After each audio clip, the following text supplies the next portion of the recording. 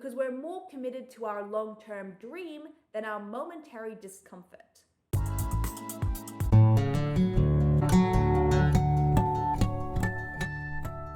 Hello and welcome back to my channel. My name is Tara East. I'm a writer, blogger, and YouTuber, and the author of the mystery novel, Every Time He Dies.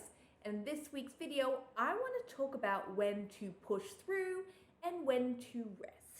So knowing when to rest or when to push through is kind of tricky. For years, decades, we've been blasted with the message to go, go, go. You could always be doing more. The mantra of successful folk was, I'll sleep when I'm dead. A catchphrase that is just icky. But even before the pandemic, the conversation started to shift and people became much more aware of work-life balance. Then COVID hit and we were all forced to stay home.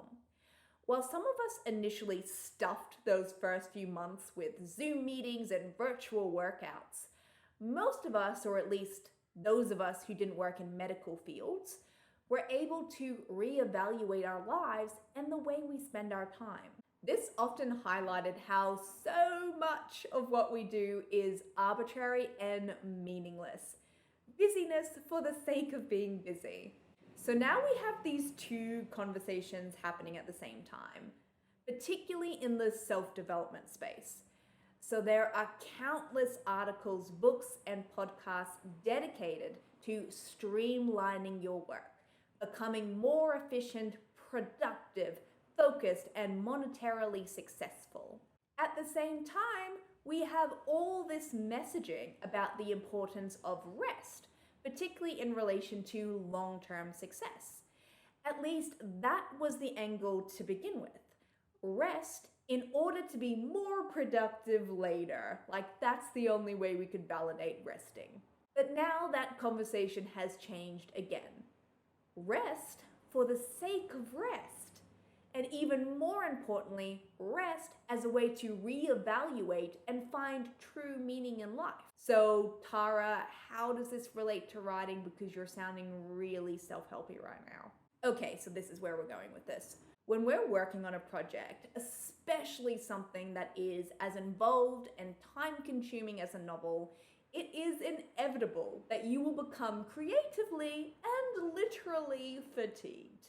Particularly if you are creating your work while holding down a day job, caretaking, or meeting the general demands and responsibilities of being a human alive in the 21st century. So how does rest figure into creativity? Sometimes we need to take a break from the work to ensure that we can actually keep going. This break could be a day, a week, or whatever amount of time suits you, your schedule, and goals. You might need to take a break because you're stuck, physically or emotionally exhausted, or other commitments have just taken over. People don't often recognize how exhausting writing is. And it's exhausting because it's endless decision making. It asks a lot of us at the same time that it rewards us. We need to make sure that we have time to read and daydream. These are vital to cultivating a rich inner life and to fueling our imagination. But sometimes we need to push too. Sometimes when the work is tough and the answers are unclear, the correct response is to not abandon ship for a month, but to commit to the work and to figure out whatever it is that isn't working, because eventually you're gonna have to figure it out. Sometimes we need to show up and smash out our minimum word count even when we don't feel like it, because we're more committed to our long-term dream than our momentary discomfort. But how do you know when to push through and when to rest? On a day-to-day basis, again, this can be so tricky. Say it's 3:30 p.m. on any given Tuesday and you've hit a wall. You just cannot look at the computer screen for a moment longer. Your head is heavy, you've reread the same paragraph 3 times and you still can't figure out what isn't working. But you've got the house to yourself for another hour and a half until everybody comes home. So what do? Obviously, there are many factors that can go into this decision, both internal, how well did you sleep last night, and external deadlines. But on a broader scope, it's worth looking at your patterning. Are you the type of person who tends to push through? Do you usually work past your limit? Is burnout your computer password? If so, then you'd be much better off resting. Conversely, if you're the type of person who is too quick to throw in the towel, who frequently Google searches tips and advice around procrastination and how to get over it, or if you invite distractions and you're very willing and quick to accept extra tasks and errands, oh, that's okay, I'll go out to get the milk, you just stay there and watch TV.